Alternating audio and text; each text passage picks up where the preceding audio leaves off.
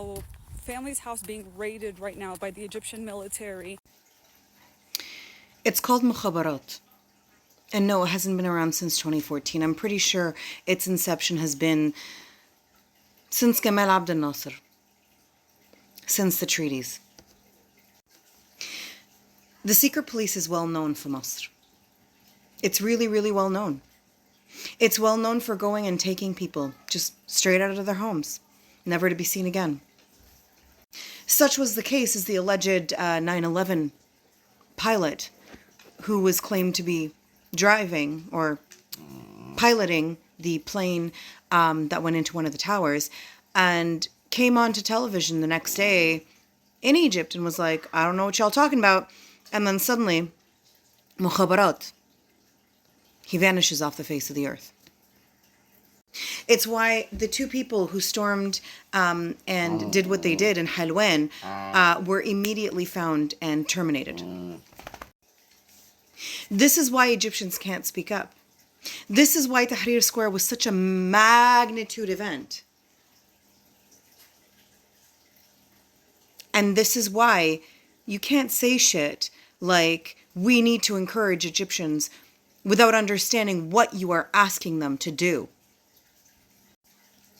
The fact is, mukhabarat have been around for a very long time. They're an oppressive system within the oppressive system. Just like Canadian intelligence, just like American intelligence, but on steroids. Significantly worse, because they're foreign entity run. Just like our government in Egypt. And this is why I don't like what you're saying. This is my problem with this.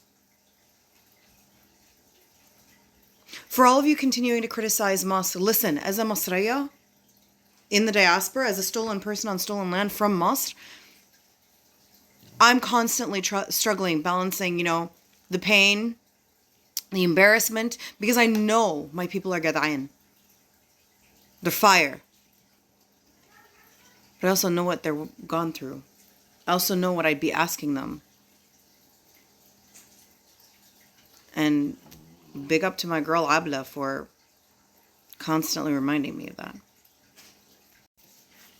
Lebanon managed to preserve most of their government's integrity.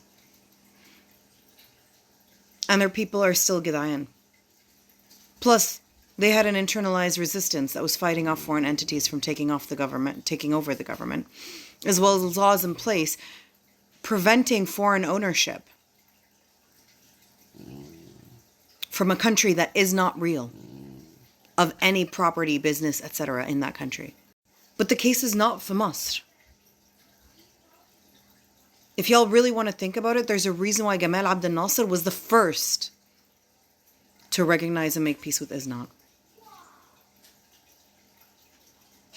And that's going to take a whole lot of dismantling and decolonizing on all of our parts, whether diasporatic or in the motherland. That our history is not what we were presented it was, just like any other fascist state. And that we should be proud of ourselves more than we should be proud of our nation. Because our nation doesn't necessarily share our morals as a people. So to every Western privileged and unmelanated body in the room, please fuck off and sit down. I remind you again, stop expecting melanated, unarmed people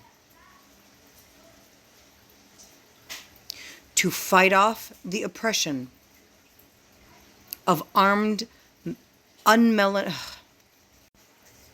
Stop expecting melanated, unarmed people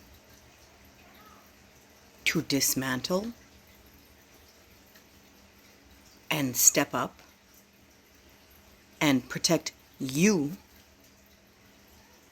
from armed, unmelanated monsters who don't play fair.